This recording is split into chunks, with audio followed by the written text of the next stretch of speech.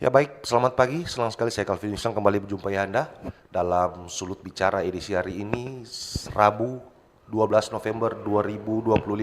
Kali ini kita akan membahas topik terkait stop eksploitasi anak dan sudah hadir bersama-sama dengan kita pada pagi hari ini di Studio Pro 1.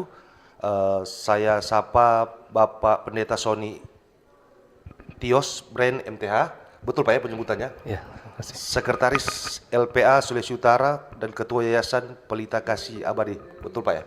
Selamat pagi Pak Sony. Selamat pagi. Selamat datang dari. Terima kasih. Bagaimana kabarnya hari ini Pak? Ya, semangat ya. Tetap semangat, sehat Pak ya. Dan ada juga narasumber kami, Ibu Gliviani Kanayuan MTA, PLT Kepala Pusat Kajian Gender dan Anak IAKN Manado. Selamat pagi Ibu Gliviani. Selamat pagi. Saya panggilnya Ibu Givli ini atau Ibu Yani ini Bu? Givliani boleh. Oh Ibu Gliviani aja. Gimana kabarnya juga Bu hari ini? Baik. Sehat Bu ya? Ya, sehat. Oke baik. Dan pendengar, bagi Anda yang ingin bergabung, kami ingatkan dapat menghubungi kami di 082195835080. Anda bisa menyampaikan saran maupun masukan bagi kedua narasumber kita pada pagi hari ini. Dan kami ingatkan juga Anda dapat menyaksikan siaran kami ini lewat live streaming kami di Facebook RRI Manado dan lewat YouTube RRI Manado. Sampaikan juga komentar di kolom komentar kami, saran maupun masukan kepada kedua narasumber ini. Dan terkait topik kita pada pagi hari ini yaitu stop eksploitasi pada anak.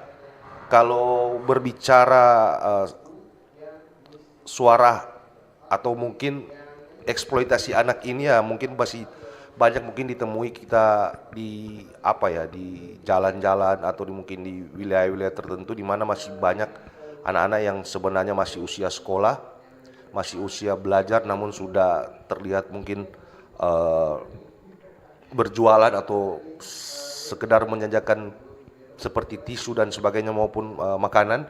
Dan hal-hal itu tentunya memang masih menjadi katakan perhatian sebenarnya dari semua pihak termasuk juga pemerintah. Dan memang hal-hal itu yang akan kita bahas pada pagi hari ini. Mungkin bisa langsung saja saya ke Pak Sony ini. Pak, bagaimana melihat terkait fenomena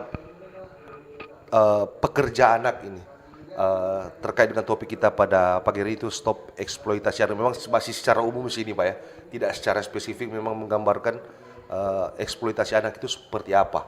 Mungkin bisa dijawab Pak Sony, silakan. Baik, terima kasih. Ya, dari kami ya, Lembaga Pelindungan Anak di Sulawesi Utara, sebenarnya kan kalau kami itu menangani itu ada dua ya saat ini. Kalau eksploitasi anak khususnya secara seksual dan anak yang dipekerjakan memang kami dampingi. Kalau yang seksual itu kan lebih banyak ke advokasinya ya. Tapi kalau yang kasus-kasus hukumnya, penanganan kasus hukum dan pendampingannya. Kalau yang untuk pekerja anak itu kami memang punya namanya penarikan. Kami istilahkan sebagai penarikan pekerja anak. Cuma memang kami lebih fokus ke anak-anak yang mengalami eksploitasi seksual. Jadi pekerja anak yang dieksploitasi seksual.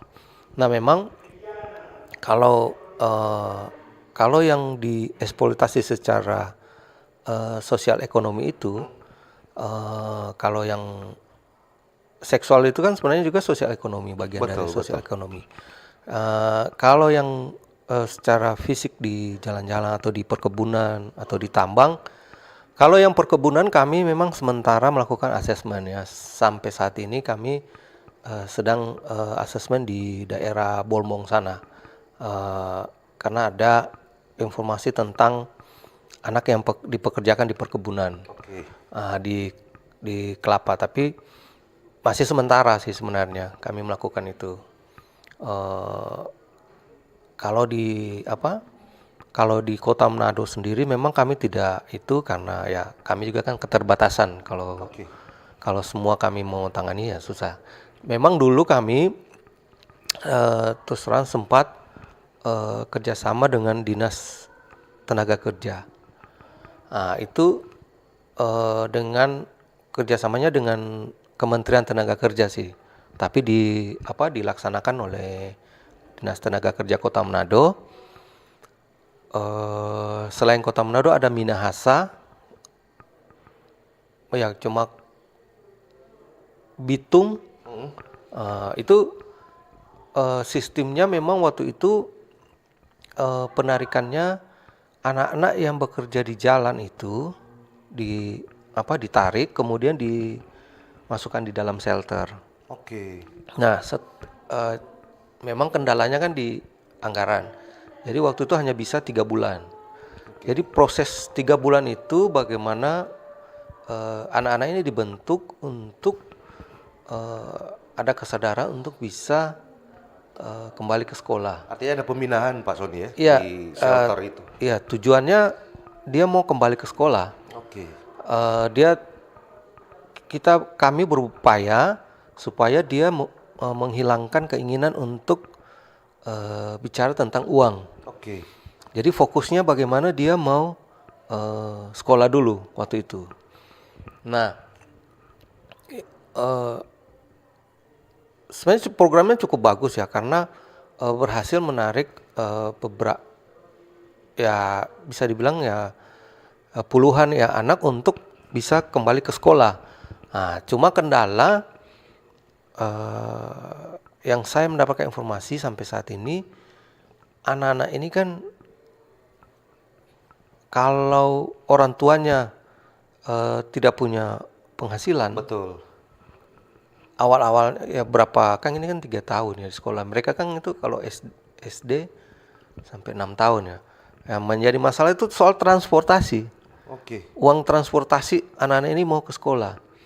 Nah, contoh kalau yang ada Malalayang itu awal-awalnya orang tuanya semangat mau, karena pemerintah ada kasih bantuan seragam, tas lain-lain. Oke. Tapi berjalan waktunya ternyata kendala di transportasi sehingga anak-anak ini kembali lagi. Saya lihat bisa kita perhatikan di Malalayang itu mereka ada 3 orang anak itu yang tola-tola gerobak Kembali ke jalan akhirnya tetap. kembali ke jalan akhirnya gitu. Karena itu tadi soal waktu orang tuanya kami tanya ya soal anggaran untuk Keterbatasan itu Pak ya ya. transportasi itu, karena antara tempat tinggal dan sekolah kan jauh. Agak jauh betul. Gitu. Nah Pak, kalau berbicara mengenai laporan mungkin yang masuk ke Komnas HAM sendiri, kalau dari 2024 di periode yang sama hingga mungkin November 2025 ini, ada nggak tren-tren mungkin atau katakan ada kenaikan atau ada penurunan atau seperti apa? Ya sebenarnya kalau yang kasus untuk pekerja anak sebenarnya bukan dilaporkan ya, karena memang tidak ada yang mau laporkan soal itu. Oke. Tapi itu sebenarnya temuan kita saja Di lapangan, Pak, ya? lapangannya. Ya. Kalau yang eksploitasi seksual ya pasti, atau kekerasan fisik pasti laporan. Oke.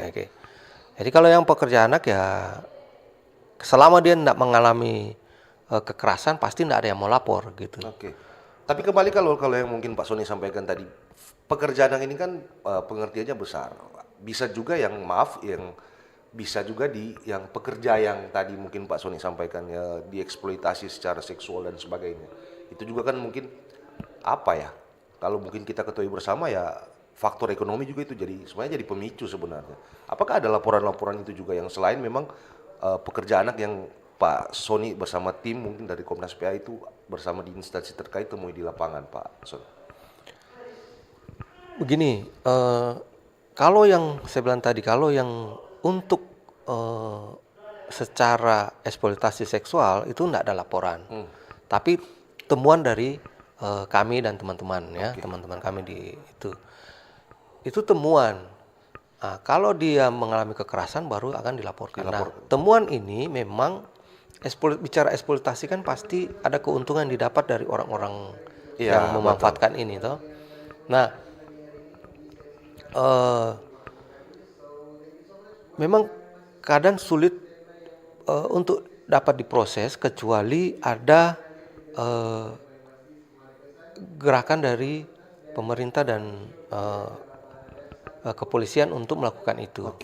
Kalau kami kan lebih fokus bagaimana bisa menarik dan memberikan pendampingan Oke. Jadi bukan di soal masalah hukum karena tidak ada laporan kan. Ya, betul. Nah sebenarnya kalau pihak lalu kan kasus bisa didapat pada saat pemerintah turun soal penanganan laporan apa itu lewat media sosial. Media sosial, ada Itu saluran. bisa. Itu pernah kita sama-sama beberapa itu ya pernah kasus paling pernah diketahui itu ada 11 yang kita tarik ya. Jadi lewat itu bersama dengan pihak DP3 apa ya? Iya DP3A Sulut itu dengan UPTD ya UPTD. Dulu sebenarnya bukan UPTD ya P2 TP2A ya. Oke. Dan dulu juga kan kita masuk di Satgas Perlindungan Anak. Perlindungan anak. Nah, sekarang setelah UPTD ada tidak ada lagi. Jadi memang kelihatannya UPTD sekarang lebih banyak sebagai penerima. Jadi bukan action. Oke. Jadi hanya menerima. Jadi kelihatannya begitu ya sekarang. Jadi responnya adalah sebagai penerima. Oke. Nah, kalau dulu kan kita melakukan intervensi kan langsung tarik ke tempat-tempat di mana. Karena dulu ada Satgas ya, namanya Satgas Perlindungan Anak. Tapi sudah tidak ada gitu. Oke, baik. Saya ke Ibu Gifliani ini mungkin dari perspektif ya Ibu juga sebagai PPLT Kajian Gender dan Anak di AKN Manado ya. Dari perspektif mungkin akademisi mungkin sebenarnya eksploitasi anak ini dipahami sebagai suatu fenomena sosial atau budaya ini Bu Gifliani, mungkin bisa dijelaskan ini. Ya, baik. Jadi memang kita perlu memahami dari pengertian eksploitasi. Ya, dan acuannya harusnya pada undang-undang ya. Jadi karena sudah ada Undang-Undang Perlindungan Anak nomor 35 tahun 2014 sebagai perubahan terhadap Undang-Undang nomor 23 tahun 2002 tentang perlindungan anak.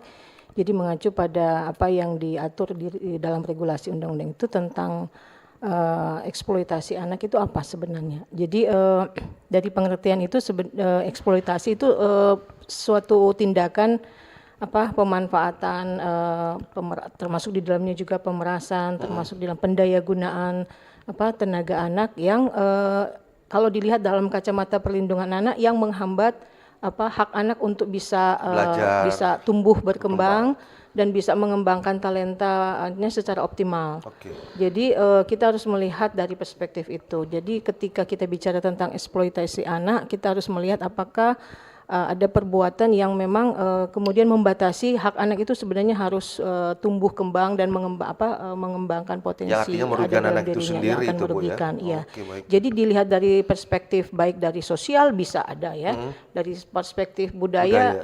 Itu juga bisa ya dan yang mungkin yang tadi diangkat kasus-kasus itu bicara tentang eksploitasi ekonomi selain eksploitasi seksual. Nah, dan tapi saya kira kita tidak hanya bisa membatasi bicara dari konteks perkotaan. Kita harus juga melihat dari konteks pedesaan.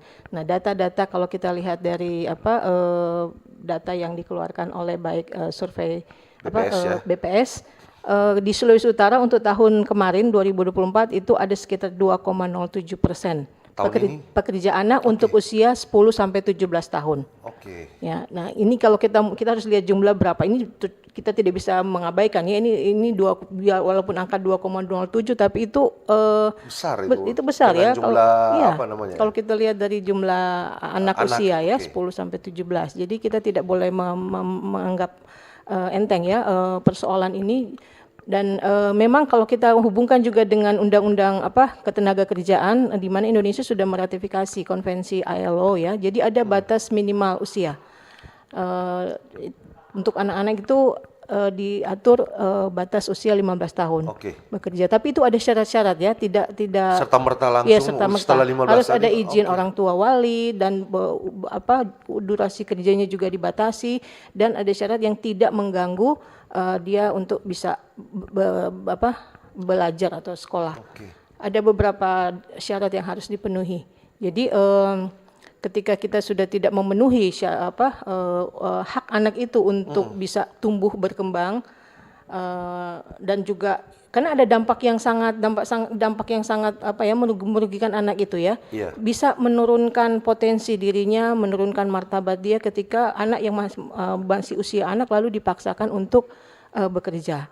Jadi ini harus menjadi perhatian masyarakat ya, publik, dan saya kira dari lembaga pendidikan peran kami ya itu mengedukasi. Betul. Jadi ada kurikulum khusus tentang bagaimana pendidikan anak, advokasi perlindungan anak kepada peserta didik. Dan ketika kami punya program-program misalnya baik pengabdian masyarakat dan juga dalam ya pengajaran juga tentu ini yang harus disampaikan ya, supaya baik peserta didik itu juga ketika mereka nanti turun dari masyarakat, mereka juga membantu untuk memberikan informasi tentang pentingnya perlindungan anak. Oke, tadi saya kembali ke yang tadi soal fenomena ini, soal sosial dan budaya. Kalau berbicara sosial sudah pasti ya.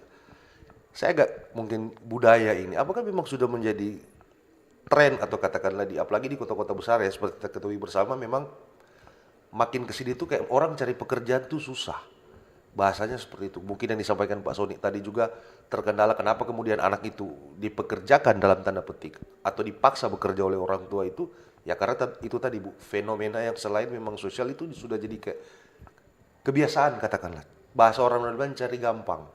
Karena mungkin ya itulah susahnya mencari pekerjaan. Nah, maksud saya tuh yang kayak apakah budaya-budaya seperti ini bisa dihilangkan ataukah bahasanya mungkin begini, minimal bisa ditekan lah untuk kebiasaan orang-orang untuk berpikir lebih gampang gitu untuk mendapatkan uang. Mau tidak mau ya itu tadi memanfaatkan yang disebutkan Ibu Gifliani tadi itu. Ya, saya kira kita tidak bisa mengkategorikan ini sebagai fenomena ini sebagai apa dari perspektif budaya ya. Itu lebih ke pola pikir masyarakat. Ya, berpikir bahwa anak itu berpotensi untuk menarik minat untuk mendatangkan hal ini yang harus dirubah. Jadi memanfaatkan anak itu untuk mendatangkan penghasilan. Nah, ini kan pola pikir. Tapi memang kalau pola pikir ini terus dinormalisasi, dianggap itu biasa, iya, itu jadi bermasalah, habit ya, jadi habit. Betul, Bu. Itu yang problemnya di situ. Dan ini yang sebenarnya harus disoroti karena ketika tidak ada upaya untuk misalnya melaporkannya, ketika masyarakat sudah melihat ini ada anak kok dibiarkan bekerja di jalanan di ini, lalu tidak ada upaya dari pihak baik masyarakat atau pihak yang berwenang. Kan sebenarnya di publik kan ada Satpol ya, Satpol PP yang sebenarnya bisa juga diharapkan membantu ya bagaimana supaya anak-anak yang usia anak itu tidak terjun dalam dunia sebagai pekerjaan dieksploitasi. Nah, ini ketika kita melihat ini sebagai sesuatu yang biasa, tidak ada upaya untuk melaporkan, lalu ini yang kemudian dianggap menjadi sesuatu yang normal. Nah, ini persoalannya. Dinormalisasi menjadi kebiasaan. Ya. Jadi yang harus dirubah adalah pola pikir dan mindsetnya sebenarnya orang tua sendiri. Karena memang saya juga banyak Bu menemui anak-anak yang katakanlah kalau saya kebetulan main ke Mega Mas makan dan sebagainya itu keluar dari tempat parkir kadang jam 10 malam masih ditemui itu Bu. Dan mungkin kita juga sempat yang kayak tanya kenapa belum pulang jam segini masih di jalan. Itu anak-anak tuh namanya anak-anak polos Bu, mungkin bahasanya mau cari doi om. Lah ini kan bahasanya berarti apa ya? Mungkin pernah sekali juga saya temui, saya tanya sampai ada bahasanya begini, mama ada suruh. Ada hal-hal seperti itu yang kayak mungkin menjadi persoalan juga, artinya upaya-upaya memang dari semua pihak sebenarnya ini menjadi tanggung jawab bagaimana mungkin meliterasi atau mengedukasi orang tua ketika mungkin hal-hal seperti itu masih ditemui. Nah, berbicara mengenai mungkin literasi dari akademisi sendiri banyak tidak dilibatkan untuk kegiatan-kegiatan kayak sosialisasi untuk hal-hal yang demikian nih bersama mungkin instansi pemerintah, mungkin dari Komnas PA juga sendiri ada kayaknya korelasi lah bahasanya seperti itu Bu, untuk turun ke lapangan dilibatkan, ada tidak Bu dari IAKN sendiri? Kalau saya bicara dari konteks IAKN ya, lembaga pendidikan, kami sejauh ini masih sosialisasi dalam bentuk pengajaran pendidikan ya, melalui kurikulum pendidikan kepada mahasiswa tentang isu pekerja anak, tentang eksploitasi anak. Tapi ada beberapa juga upaya sosialisasi di tengah-tengah masyarakat. Tapi memang itu masih terbatas ya. Karena program pengabdian kepada masyarakat itu ya hanya berapa kali dalam setahun ya. Jadi saya kira itu masih terbatas, masih perlu terus diupayakan, dilakukan untuk sosialisasi tentang bagaimana bisa mengeliminasi, mencegah atau eksploitasi anak itu tidak sampai menjadi persoalan yang merugikan semua banyak pihak ya. Jadi saya kira ya sejauh ini kami ada juga upaya untuk melakukan riset sebenarnya, tapi belum masih dalam proses. Iya. Oke, baik Ibu Gifleni. Ini ada pertanyaan nih dari narasumber dari Pak Kristo di Ranotana. Menurut narasumber, apa sebenarnya yang dimaksud dengan eksploitasi anak dan bagaimana bisa membedakan antara kegiatan anak yang bersifat membantu keluarga dengan bentuk eksploitasi yang tidak merugikan hak-haknya ini? Mungkin siapa yang bisa jawab ini, Pak Sony atau Ibu Gifli ini bisa menjawab ini? Ya, memang ada pengertian tentang anak yang bekerja ya. Jadi anak yang bekerja itu anak yang di situ bisa ada unsur untuk melatih dia punya keterampilan, melatih tanggung jawab, membantu. Tetapi kita harus melihat sejauh mana anak yang bekerja ini lalu anak itu tidak mengganggu ruang dia untuk tumbuh kembang. Karena anak itu punya hak untuk bertumbuh, berkembang, termasuk mengembangkan potensi dalam dirinya. Jadi ini yang perlu saya kira penting pertanyaan ini membedakan bagaimana anak yang bekerja dalam keluarga, tapi bekerja dalam pengertian tidak tidak mengganggu kemudian ruang hak anak itu untuk bisa baik hak untuk hidup, tapi juga ruang dia bertumbuh dan berkembang. Iya. Baik. Nah, kalau yang eksploitasi itu yang memang sudah ada unsur memanfaatkan tenaga anak dan sudah tidak mempertimbangkan hak dia untuk bertumbuh dan berkembang. Ya, jadi dia hanya dimanfaatkan untuk mendatangkan secara nilai ekonomis, tetapi hak anak itu untuk bisa mengembangkan diri dalam dunia pendidikan itu dihalangi. Nah, ini yang menjadi persoalan. Jadi itu perbedaannya ya, eksploitasi dengan anak yang bekerja.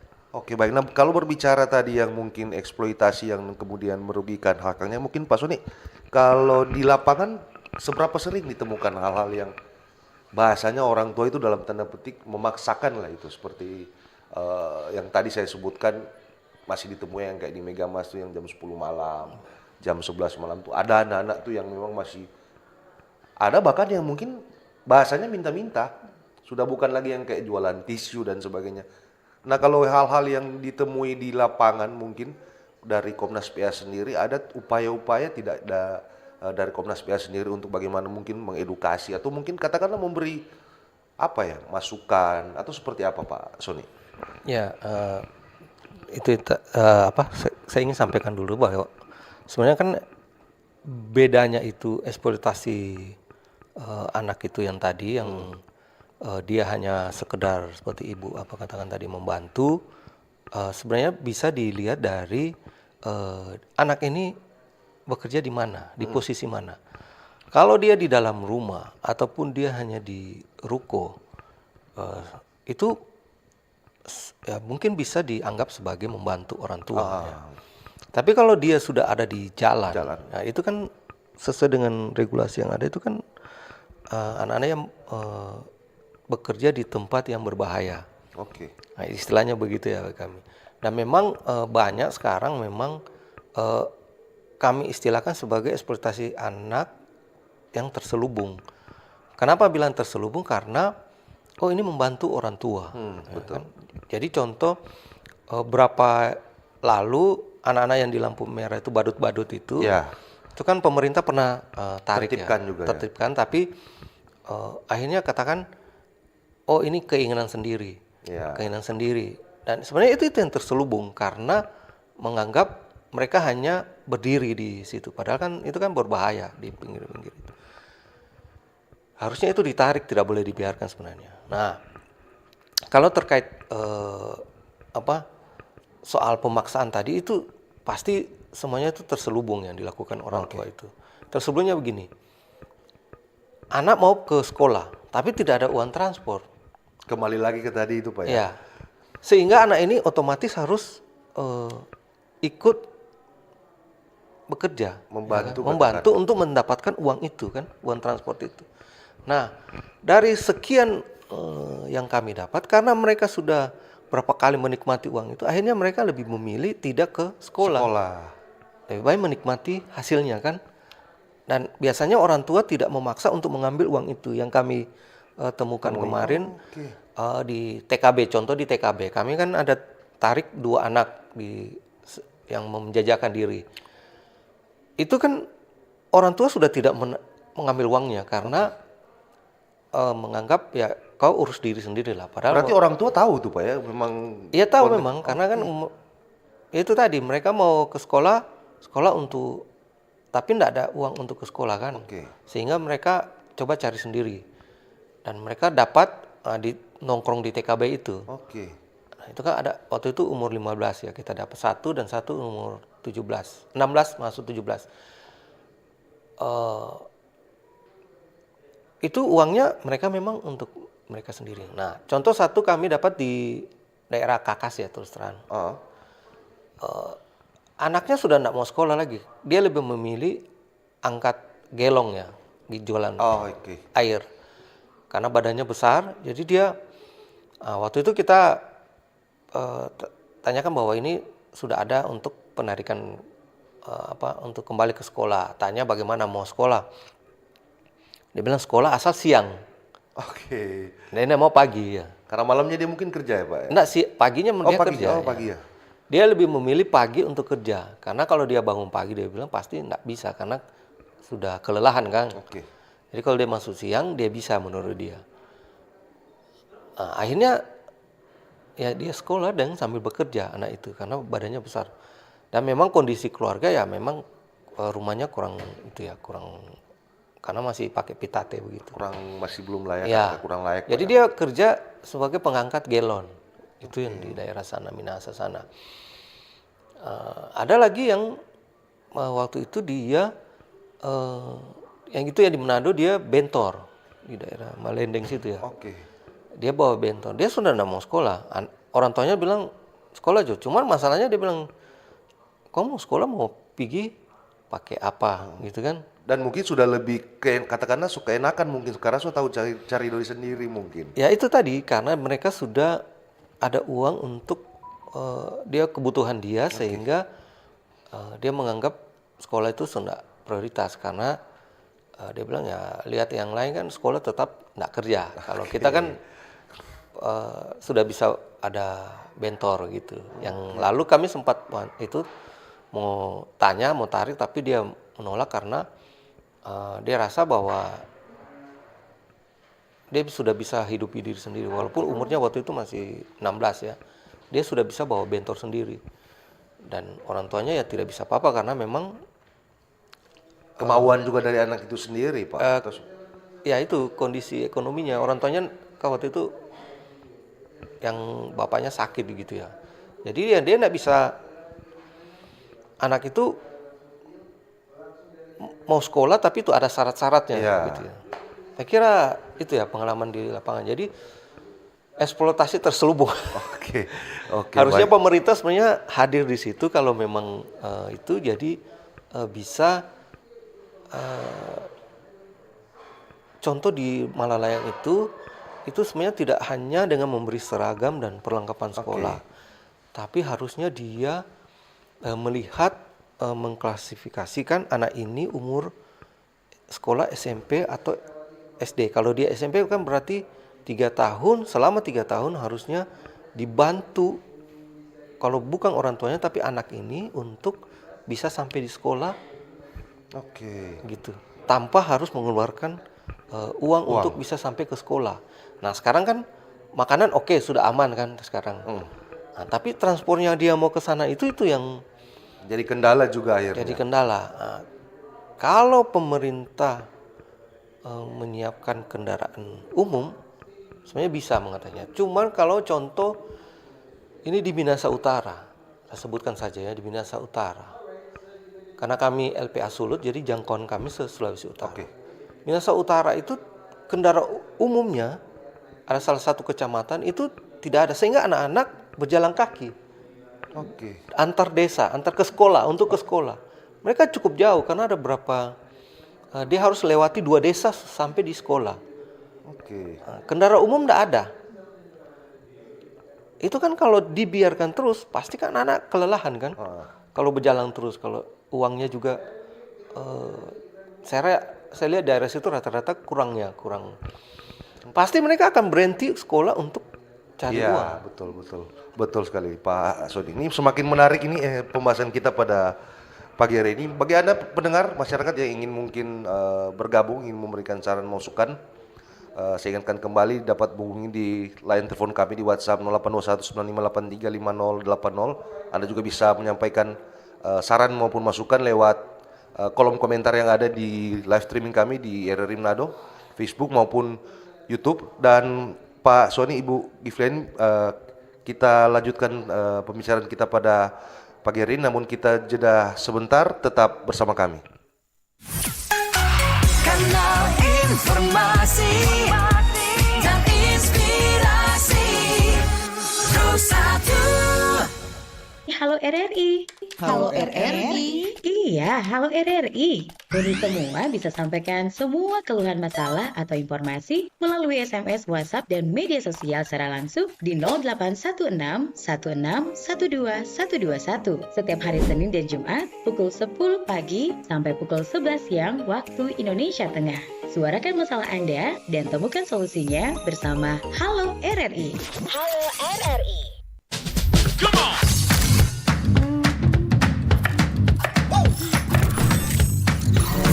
Ini baru enak.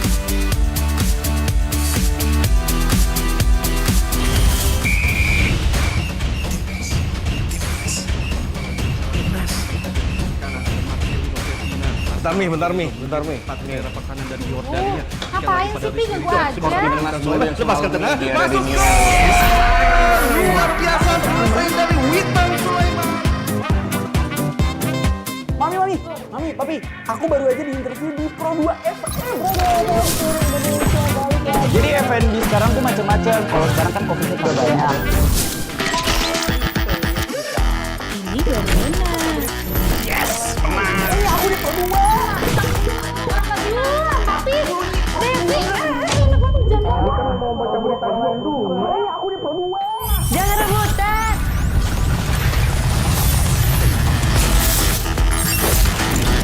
Eits, jangan rebutan. RRI bisa dinikmati dari mana aja dan di mana aja. RRI multi platform,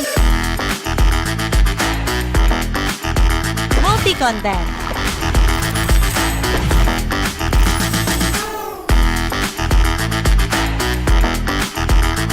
RRI punya kita.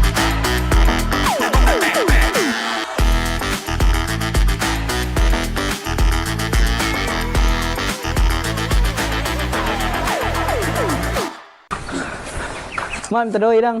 Oh, dodo anak ngapa cira ngapa mama ini ada kono konja kalau keluar doye mancari kasiang yang kurang sasadiki ngana minta.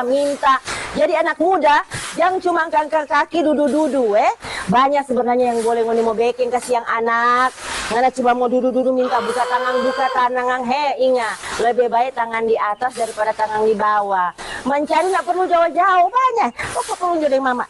Orang mau usaha mau jual kacang tore ini anak supaya itu doi tore mau masuk pakai otak ya.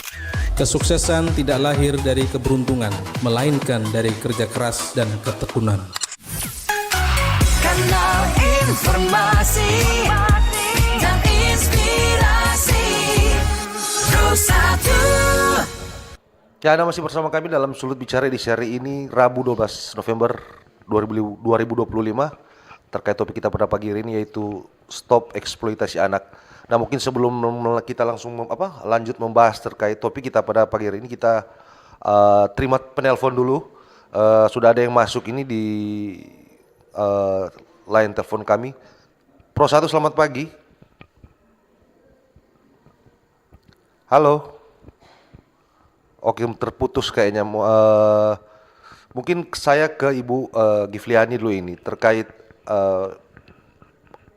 apakah peran lembaga pendidikan ini, Bu, kira-kira dalam membentuk kesadaran publik terhadap perlindungan anak itu sendiri sampai sejauh ini? Ya, lembaga pendidikan akan bergerak di bidang ya edukasi ya, pendidikan. Jadi ya melalui bidang pendidikan, pengajaran, kami ada sejumlah mata kuliah, ada prodi pendidikan anak usia dini. Nah, di situ juga disampaikan tentang diajarkan tentang bagaimana upaya-upaya untuk perlindungan anak. Oke. Nah, tetapi memang dunia pendidikan tidak boleh terlepas dari konteks sosial masyarakat ya, Iya. sehingga melalui program pengabdian kepada masyarakat di situ kami melakukan sosialisasi tentang perlindungan anak ini, pentingnya perlindungan anak. Oke, baik. Ini sudah ada pertanyaan ini di WhatsApp kami. Mengapa di tengah perkembangan zaman dan meningkatnya kesadaran masyarakat, praktik eksploitasi anak masih tetap terjadi di berbagai daerah? Dari Randy di Tele, mungkin bisa dijawab Pak Sony ini, Pak. Bagaimana melihat fenomena ini di tengah perkembangan zaman dan meningkatnya mungkin kesadaran masyarakat, praktik eksploitasi anak masih tetap terjadi di berbagai daerah di Indonesia? Mungkin bisa dijawab Pak Sony. Terima kasih. Memang jenis eksploitasi anak ini di daerah beda-beda ya. Oke. Di se-Indonesia itu beda-beda. Dan memang kalau di Sulawesi Utara yang kami temukan, itu memang cuma kami temukan dan kami tangani itu cuma ada 2 ya. Kalau di Sulut, eksploitasi anak secara seksual dan secara ekonomi, cuma ada 2. Nah, paling banyak memang seksual yang kami tangani ya, yang kami temukan. Dan kalau yang secara sosial ya, yang secara sosial secara ekonomi, secara sosialnya ya digabungkan, itu dia bekerja secara yang fisik memang agak banyak, tapi kami kurang tangani. Seperti yang saya tadi, bahwa kenapa tetap terjadi? Kan pertanyaan sekarang, kenapa tetap terjadi? Kehidupan ini kan berputar terus. Kehidupan kita sebagai manusia itu kan berputar terus. Kita bekerja, menghasilkan. Nah, anak-anak ini dia melihat orang tuanya. Orang tuanya susah gitu ya. Dia mau minta tapi orang tua susah mau kasih. Atau orang tuanya sedang sakit. Orang tuanya sedang sakit. Nah, apa yang harus dilakukan kan anak ini kan? Betul. Nah, sekarang anak ini yang kami temukan ya. Ini yang kami temukan. Sementara ada adiknya yang kecil. Artinya memang karena faktor, saya potong Pak Sony, memang faktor keadaan sebenarnya, kondisinya memang memaksa anak itu kemudian bekerja dalam tanda petik gitu. Ya, itu yang bisa kita lihat bahwa memang karena dia terpaksa harus bekerja. Cuma memang yang saya temukan bahwa memang kebanyakan mereka melakukannya karena terpaksa. Itu tadi, terpaksa dengan keadaan. Dia bekerja, dia lebih memilih bekerja daripada sekolah. Nah, tetapi itu yang saya bilang tadi, bahwa itu adalah eksploitasi terselubung. Kenapa? Karena sebenarnya orang tua bisa saja melarang anaknya untuk tidak bekerja. Yang kami temukan, karena orang tua masih mampu, masih muda ya, rata-rata. Cuman persoalannya adalah kondisi kehidupan di kota itu kan, anak ini punya keinginan sendiri masing-masing. Sehingga perlunya pendidikan itu tadi, karakter di keluarga. Tentang bagaimana soal pemanfaatan uang itu. Kalau anak ini dari awal sudah dididik untuk tidak terlalu mengeksploitasi soal uang, pasti dia akan tetap fokus di belajar. Tapi kalau dia memang terbiasa dengan kehidupan pemanfaatan uang berlebihan, gaya hidup yang berlebihan, pasti dia harus berusaha untuk mendapatkan uang untuk bekerja.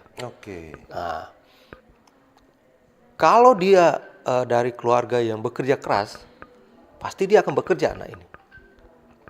Tapi kalau dia dari keluarga yang kehidupannya tidak terlalu tidak untuk bekerja tapi melakukan kejahatan, pasti anak itu ikut melakukan kejahatan. Pasti.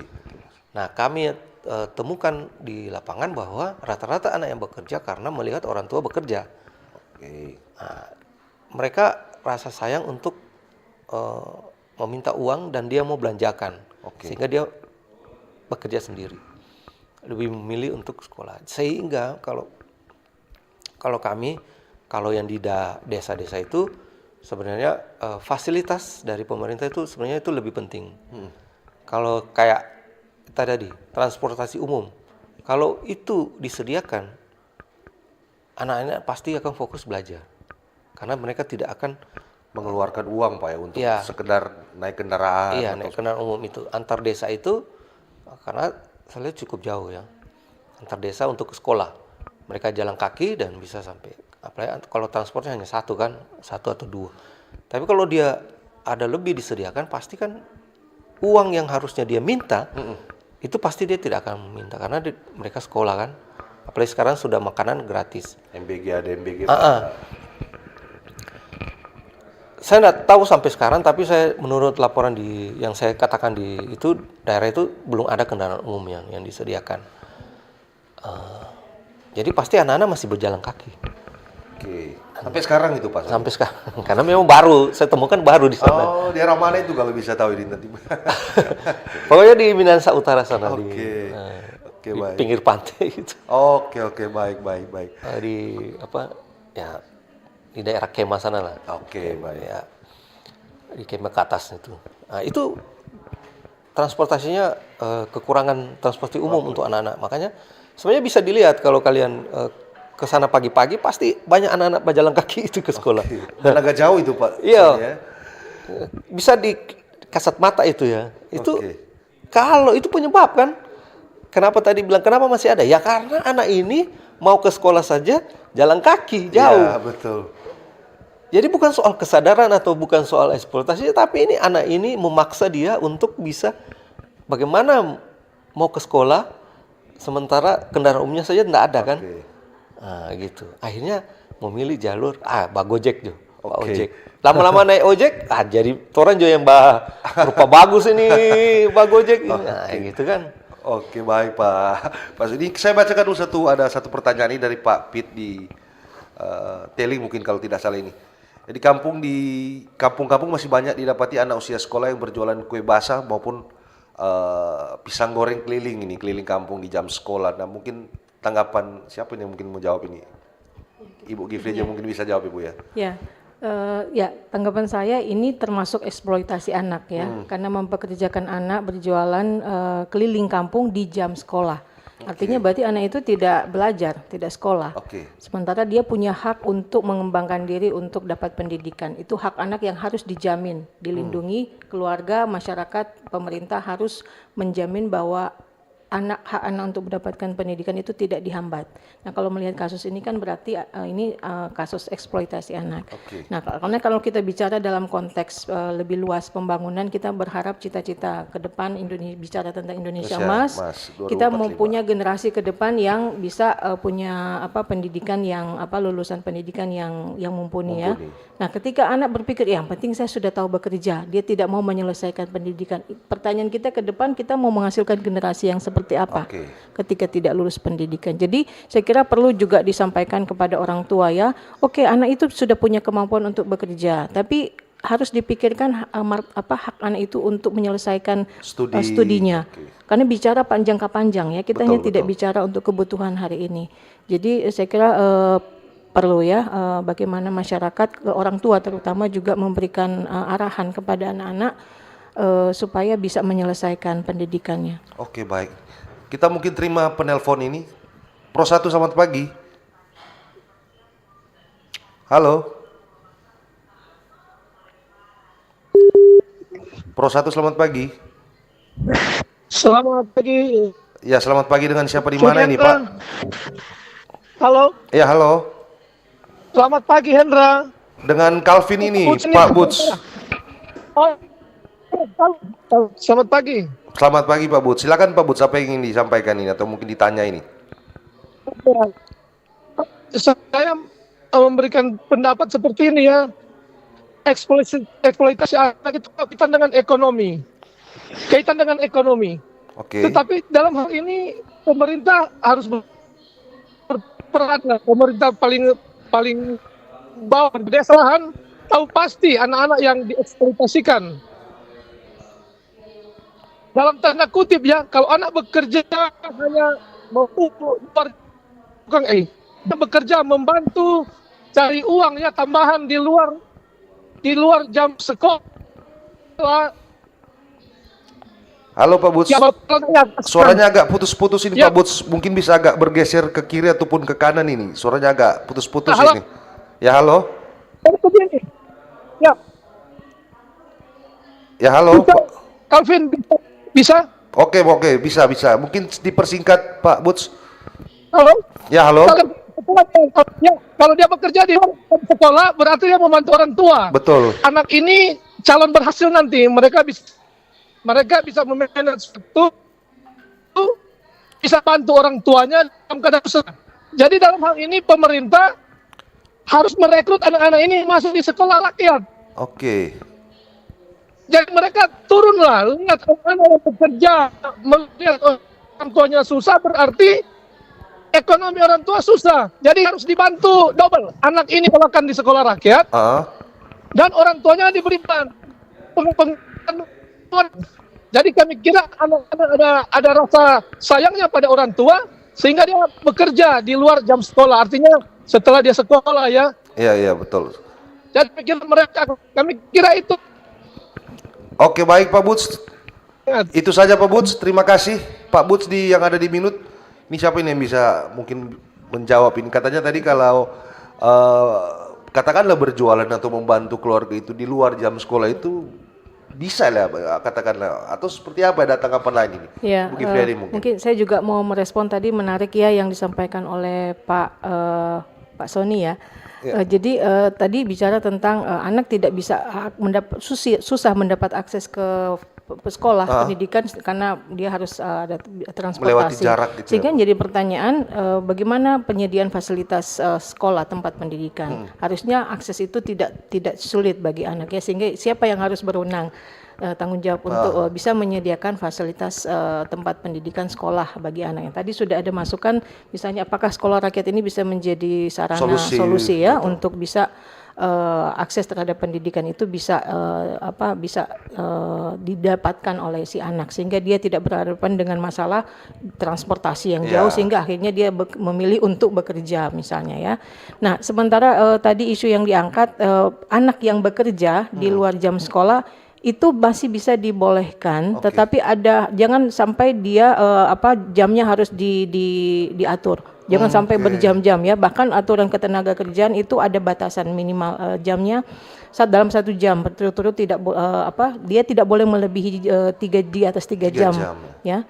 Jadi itu sudah eksploitasi kalau dia dipekerjakan dalam waktu yang cukup panjang, dan apalagi kalau di luar jam sekolah berarti kapan ini? Sore atau malam?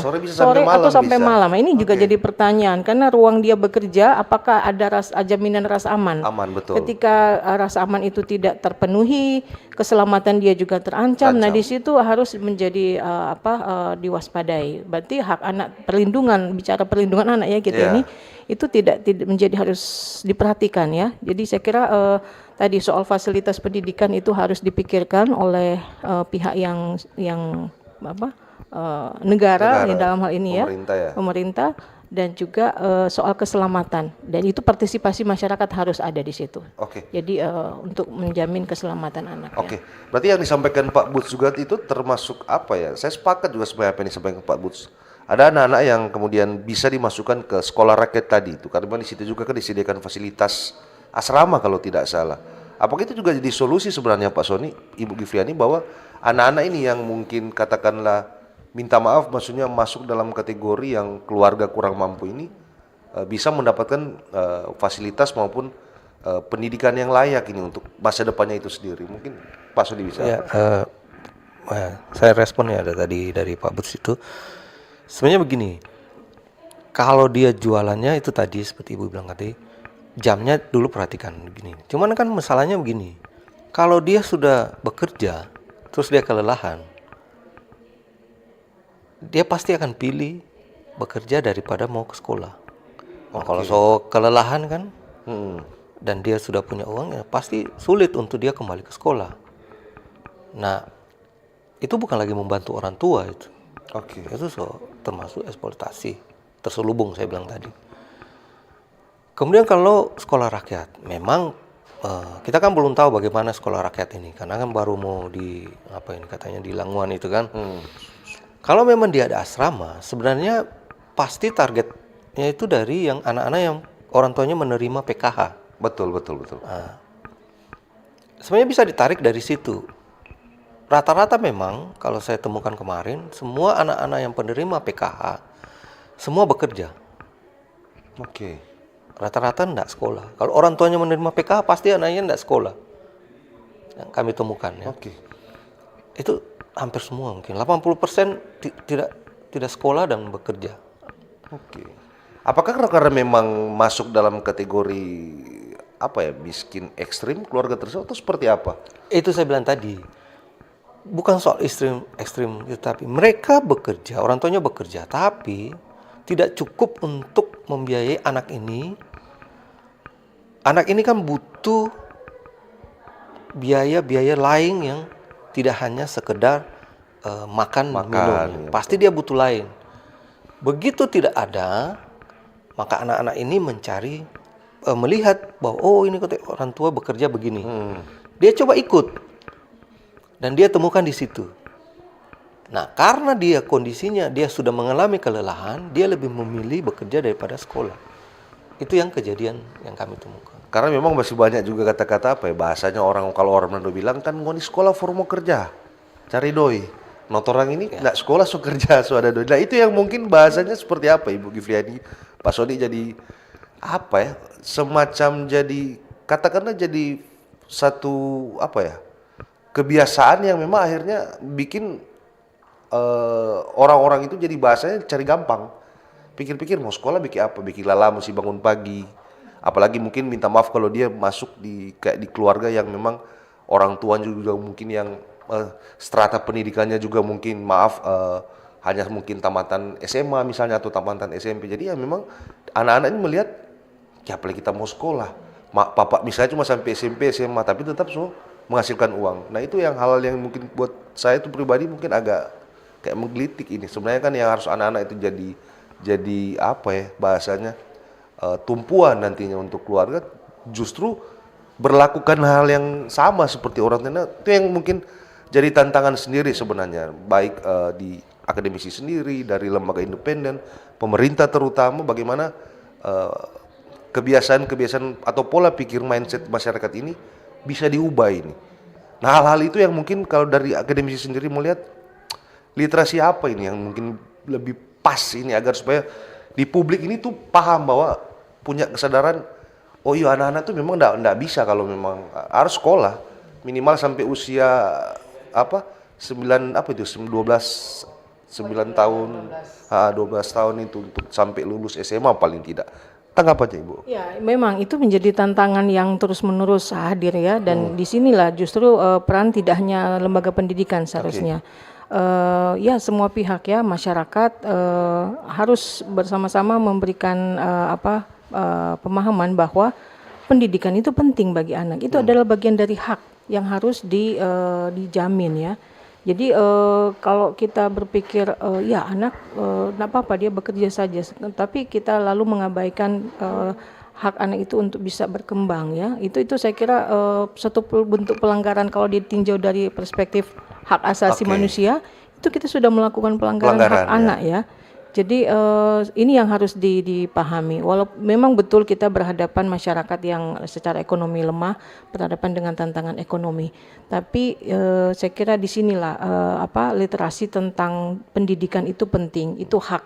Itu hak yang harus diperjuangkan. Itu saya kira harus terus-menerus disampaikan, diberikan pemahaman kepada masyarakat. Oke, baik. Dan Pak Soni, Ibu Gifriani, kita sepertinya sudah ada di penghujung ini. Memang tidak terasa sudah hampir sejam kita berdialog.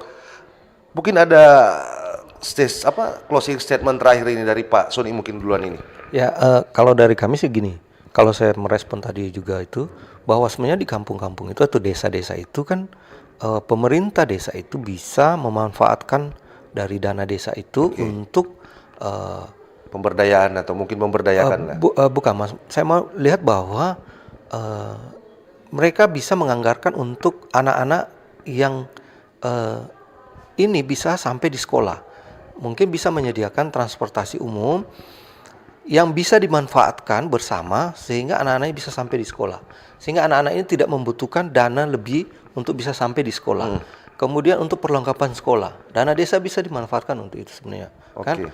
Jadi sebaiknya saya sih berpikir kalau kondisi katanya tadi banyak yang berjualan, harusnya pemerintah desa menarik anak-anak ini untuk bisa kembali ke sekolah dengan menganggarkan di anggarannya mereka di Musrembang itu menganggarkan untuk anak-anak yang tidak mampu ini yang berjualan supaya dia tidak lagi berjualan dengan alasan apapun, sehingga dengan menerima fasilitas dari desa anak ini bisa sekolah. Saya kira itu sehingga tidak akan terjadi lagi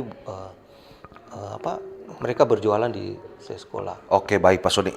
Singkat saja Ibu Gifliani apa ini sampaikan? Ya, mungkin saya mengajak ayo kita masyarakat ya dan orang tua, mari kita coba memberikan perlindungan, kita berusaha untuk menjamin hak anak untuk bisa mengembangkan diri. Kita memberikan ruang tumbuh kembang yang layak bagi anak dan kita berhenti untuk mengeksploitasi anak ya. Dan ya saya kira itu hak anak yang harus diperjuangkan, dijamin oleh semua pihak, orang tua, masyarakat dan juga dunia pendidikan. Oke, baik. Terima kasih. Dialog kita pada pagi hari ini kita akhiri dan saya mengucapkan terima kasih pada Bapak Pendeta Sony Tios, Brand MTH, Sekretaris LPA Sulawesi Utara, Ketua Yayasan Pelita Kasih Abadi, bersama Ibu Gifliani Kanayuan MTH, Pelaksana Tugas Kepala Pusat Kajian Gender dan Anak IAKN Manado atas waktunya sudah bersama-sama dengan kami pada pagi hari ini, dan bagi pendengar atau mungkin masyarakat yang sudah menyampaikan juga saran maupun masukan, terima kasih.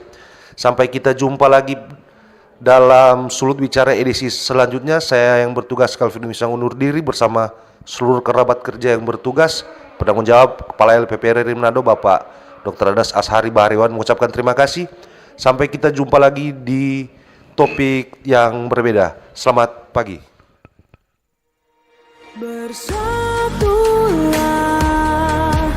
Indonesia, jangan pernah terpecah belah.